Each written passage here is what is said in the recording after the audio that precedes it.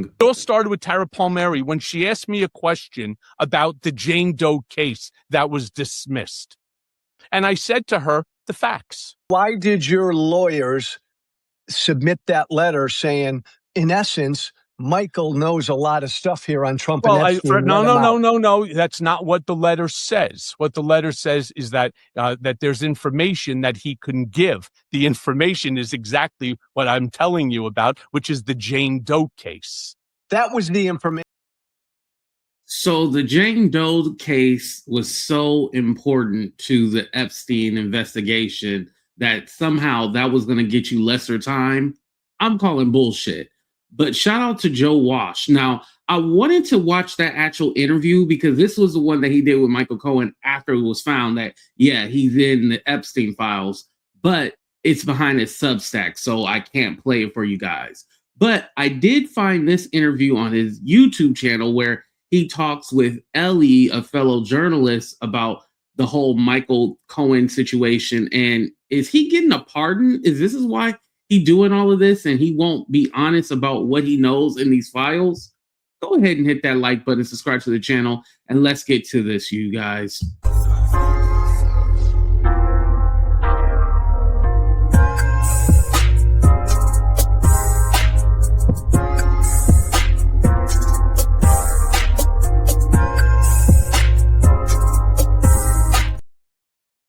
All right, so we're not going to listen to the whole thing, but I just want to go ahead and point out the key parts of this. First, they start out talking about, you know, how when they ask different Epstein victims, or let's say survivors, they get kind of nervous and like almost pause whenever you bring up Trump. So it's all like, okay, is Trump innocent or is it they can't say anything? So I find this part interesting because this leads into the Michael Cohen of it all. Here we go, you guys. Period. And yeah, you know, Michael would tell me that privately. He'd say, Joe, I knew nothing about Epstein and Trump. I'll be vindicated when the files are all out. Right. I don't know that that will ever happen. Mm-hmm. The files will all be out, but I think he's scared, you know, and if you look at this straight across the board, I've talked to a lot of people behind the scenes, and that is a very common thread that however you knew Donald Trump, if you were a survivor or if you were working for him or whatever, you can talk about anything. You can talk about Epstein, you can, you know, write a book on it, but the second you bring up Donald Trump, they get real quiet and they just don't talk. And so I asked a survivor once, I said, what is that? Like, why is that? Why does everybody, you know, is it because he's just so innocent and all this? Or is there just like is there a fear? Is there like a fear? There's like a button that he can press. And they said, there's a fear. And that was all they said. And I said, okay, and we're done talking about it. And I think even for someone like Michael, you know, there's a big fear, I'm guessing, because as much as he knows about Donald Trump knows about him. And I'm sure there were a lot of things, you know, when he talks about this whole Katie Johnson. You know, we think of Michael Cohen as the fixer. He was out there trying to cover up everything for Trump. But how do we know that Trump didn't have, how do I put this, the manpower to harm or threaten people? You get where I'm going with this? Some stuff versus the Jane Doe case and how mixed up that is. It's like, yeah, but let's say it's not the Katie Johnson case. Trump was still sending you out to go find Jane Does in Queens or wherever it was. Like, you shouldn't have been knocking on some girl's door like that. That's sketchy. That's sketchy. Ellie, I don't know if maybe, I'm sure you do know enough. The whole Jane Doe, Katie Johnson thing, like Michael just said, I just knew the Jane Doe. I never knew Katie Johnson. Is that an issue? Is that a... It is. I think it's one of those things where he says a little bit more than he needed to say because now I'm going to think about it. If he wants to delineate that Jane Doe was a different Jane Doe, that's fine. But the Katie Johnson case all occurred during his time with Donald Trump as well. So, like, if you're looking after this Jane Doe, and I think he also wanted to delineate that she wasn't a Jane Doe. Well, she was. She, you know, that she had multiple pseudonyms, and one time she was Jane Doe. She started out as Katie Johnson, but her whole tenure, you know, her whole case happened while Michael was Trump's personal lawyer, and it wasn't long. You know, Right. she filed in April of 2016, and she was going to go public. She was going to do a press, you know, and oh, not Lisa Bloom was her lawyer, Yeah. and you know, I Yeah. give that a lot of credence. Lisa Bloom's Yeah. not going to pick up a dumb case that doesn't have facts. Yeah. But she pulled her case, I believe it was 3 days or 2 days before the Mhm. election, all of a sudden. And that And I want to go ahead and just let you guys know, Katie Johnson was the woman who it's been rediscovered or resurfaced her interview that she did. She was the Jane Doe that was suing Trump and Epstein because of allegations of you know what, right? And Michael Cohen is claiming that, oh, I dealt with a different Jane Doe. And it's all like the only lawsuit around 2016 around election time was this one right here. And it's funny because it was dropped right before the election. Like it was, they decided not to refile. It just totally got dismissed and it went away. And so one was Katie Johnson paid. And two, he keeps talking about this thing with a baby. Okay, that could have been a Jane Doe, but how did you deal with the situation with an infant, but you didn't deal with the situation with Katie Johnson? That's not making sense because you were his lawyer. Something to think about, right? that's also a red flag for me, like that there is something more going on that we're not seeing. And I don't know. It's really interesting, isn't it? Yeah. As much as Michael Cohen knows about Trump, Trump knows as much about him. Mm-hmm. And look, again, Michael's my friend. Mm-hmm. I'm not going to ever take shots at him. But it just seems to me, Ellie, that what he did last week is, trying to dangle a foot over there again in Trump camp and pardon me, look at me, pardon me. It's a little I bit. don't It's a know. little cowardice. I think there's a little. Well, drill down on that because I don't have any other explanation for that. Well, I mean, I was trying to think of like if I had been to prison and there was a chance if I said something that I could go back, I'm sure that's that's a nightmare. You know, like I'm sure that's probably his worst case scenario. He's got kids, he's got a wife. I think he's still married. I don't know. Yeah. But like, I'm sure that's terrifying. But also, I think I said this to you before, like, let's say a guy like Michael turned over a new leaf and very honestly and very transparently said, look, I'm laying it all out on the table so that we can work together. We all have a common goal. Let's go make this happen. Here's all the stuff that I've done in my life and I may have a consequence for it, but I'm just going to tell you. You know, I don't think he realizes the size of the community that would embrace him if he did that. Oh my God. I don't think because I think he was just, he's constantly, you hear him all the time, like, I'm not going to start talking until I have 1,000 followers in my chat. You know, like he was just kind of looking for the clicks and all this stuff. And I just thought, if you let go of all that stuff and you're really here for that reason and you're honest, which I just don't think he was. I just don't think he was honest. And that's just my opinion. No, the interesting thing about that is that if you look at Michael Cohen's YouTube channel, it's basically everything about Trump. It's everything Trump, Trump, Trump, Trump, Trump. But has he really given us any information where we'd be like, oh my God, we didn't know this, or this is so shocking? If anything, he's just giving commentary like he's a regular YouTuber like me and you. He's not giving us any information that really helps us solve anything or put puzzle pieces together. He's really just giving his thoughts and opinions just like we do. And so, like, what are you around for if you don't have any information? Like, we don't need you here. Because again, this is all to boost his ego and to boost his image. But in actuality, this guy is a snake. Anybody who worked for Trump cannot be trusted. Let's just remember that. Ellie, it's fascinating. I left Trump world on my own. I decided to do it. And I took a blowtorch to my career. But I voluntarily did it. Right. The most honest thing Michael Cohen's ever said to me was, he said a year or so ago, he said, Joe, I said, Michael, you and I did the same thing. We walked from Trump world. And Michael Cohen shook his head and said, no, you did that on your own. I had to go to jail to do it. I was I was forced out. Mm-hmm. You chose to throw away your career. So Joe Walsh was a part of like the Tea Party, like the early Republican Party, right? So he actually changed his whole ideology. Where Michael Cohen, he was kicked out the club, basically. I mean, he went to jail, but essentially he was kicked out the club. So is this an actual change, or are the rumors true that you're looking for a pardon? And they're going to get into that. I lost it.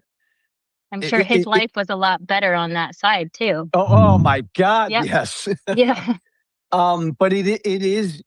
But once you make any sort of break, you've just got to be honest and authentic, and you're all in.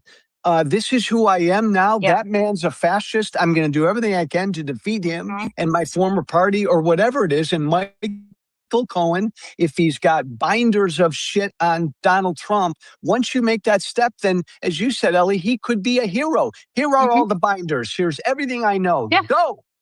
Yeah. He could name everybody. He could, he probably has saved things that he could use as evidence. He probably has so much information that he's been deciding which way he was going to go with. Like, I don't know where his heart is. I don't know where his mind is, but like, I just think that he hasn't shaken it. You know what I mean? That core person that he was when he was fixing things for Donald Trump, he hasn't shaken that yet. You don't know him. You know him a little bit, but you are a writer. You're a studier of the human psyche. Ellie, do you think there's a part of him that wants back into that world? Yeah, into Trump world. Yeah, I think there's a big part. My God, you didn't hesitate. Interesting. No, I think I've always thought that there's more than a 50% chance that if they offer him an olive branch, he's right back there. But then, like, that's like anathema to me. Then, like, who are you? I could never do that. Like, well, I mean, he wants a pardon. He doesn't want that on his record. Not that I don't. Yeah. It's not like he's going to go work a 9 to 5 somewhere and he needs to not be a felon. But like, I think he wants that off his record. I think he wants, the life he had, which was probably quite nice. He wants probably his friends back. That he was with all the time. I can't imagine that it looks as shiny and lovely as it did the first time around because things seem to be falling apart. But I'm sure that he has a lot of nostalgia for his time there. And, if it was offered back, he'd probably. Besides Michael Cohen being a snake, this makes a lot of sense to me. He missed the lifestyle. There's probably a certain lifestyle and a certain group of people that you're involved with. High class, very important people in the room, big wigs, all the right people. And he's not in that world. If you look at Michael Cohen, basically he's just on YouTube doing his thing. He doesn't have any relevancy. He doesn't have anything of substance. No one cares about him. Like, no one is going to Michael Cohen because they think that he's a great person. If anything, I think people are more or less waiting to see, what does he have to say about Trump? But like I said, he hasn't really given any information that we don't know. And the information that we don't know, he seems to be hiding because, again, one, he wants to either get back in good with Trump in his good graces, and two, a pardon. So probably a combination of both of those things. But essentially, going back to the other side, like, it's not like he has changed. Like, this whole change thing is bullshit. We take it. I think the world of Lev Parnas. I don't know Zev does good work, and I think the world of Tara. As you, with these guys, Ellie, think about it, do you think Michael does know a lot more about Epstein than he's ever let on? Yes, I think he knows a lot more than most of us know about Epstein. I think Trump's not quiet. He's a braggart, I don't think he feels bad for a lot of the things that he's done. You're a fiction writer at heart, correct? Yeah. Yes. So in this novel of his life, Michael Cohen's life, Ellie, play it out for me. What happens to Michael? Oh man, I know this is all guesswork, but in your novelist, it's what is it, Icarus? You think of Icarus like flying too close to the sun. I think he's taking a very big risk going back with the Trump team because I think that it is failing. I Yeah. think that there are going to be, depending on how the next year looks, I think there's going to be a lot of people who are investigated and Yeah. potentially have consequences. And he's stepping back into that fire, hoping that all of his consequences that he's already had go away. And I think he's putting himself at greater risk by doing that. And don't forget, the Republicans are in power right now, but more than likely the Senate and the House is going to flip. At least the House is going to flip. So with knowing that, it's going to be a lot of people who end up getting subpoenaed and called in a lot of different committees changing around when the Democrats get into power. So Michael Cohen might want to be safe. I hope and pray that he finds his way and finds and is honest with himself and can be clean and be and salvage something. That's I pray for that. Can Ellie, I ask you? I was going to ask you a question.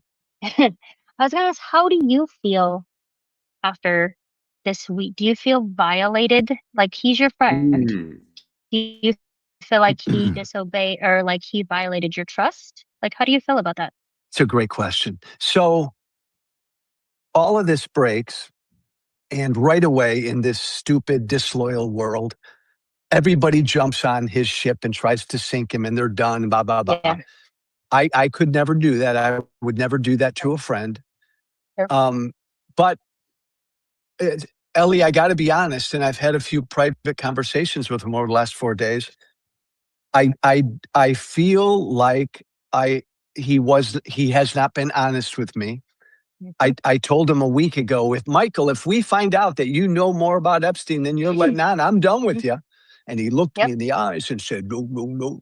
So I do feel like, and it makes me sad, not angry. I don't know what that says, Ellie. It makes me sad. But I do feel like he hasn't been honest with me. And I was one of the few people who hung with him these last 4 or 5 or 6 days. So that makes me sad. Yeah. I went back and I watched your live with him from your last I almost didn't want to do it. I felt like, yeah, I went back and watched it, and I thought it was interesting that at least the first portion of it, it appeared that he was reading from a script. He didn't actually, he wasn't actually speaking from the heart. And I thought that was very interesting. Very telling. And he does that often. Yeah. Michael Cohen is looking guilty, and even to his friend, he's looking guilty. And it's so crazy because Joe Walsh can't even say, like, oh, no, he would never do this. Like, this isn't him. Like, he honestly doesn't know because, again, this guy lied about knowing anything. But what would you tell the feds to get you a lesser sentence? Like, what was the information? You still sticking with this whole Jane Doe thing. Okay, but you said it was an empty parking lot. It was no one. So how was that going to help you get a lower sentence? They didn't. Honestly, to tell you the truth, they wouldn't have cared about that information, and they probably already knew about it. So who cares? But whatever he knows, he needs to just be honest for it, not to get in the good graces of everyone, just to have this off his conscience. Because, again, we have to think about the victims, the people who were victimized by Jeffrey Epstein and possibly Trump. Y'all, this situation is only going to get crazier. And like I said, I am looking into this because I don't know how we never thought about Michael Cohen being a part of this whole thing. That he was literally right in front of our face. That's the crazy part. But again, let me know in the comment section what you guys think. Also, hit that like button, subscribe to the channel, and hit that notification bell and press all. And don't forget about our meetup in Vegas, April 10th through the 12th. See you there. Have a good one, you guys. We out.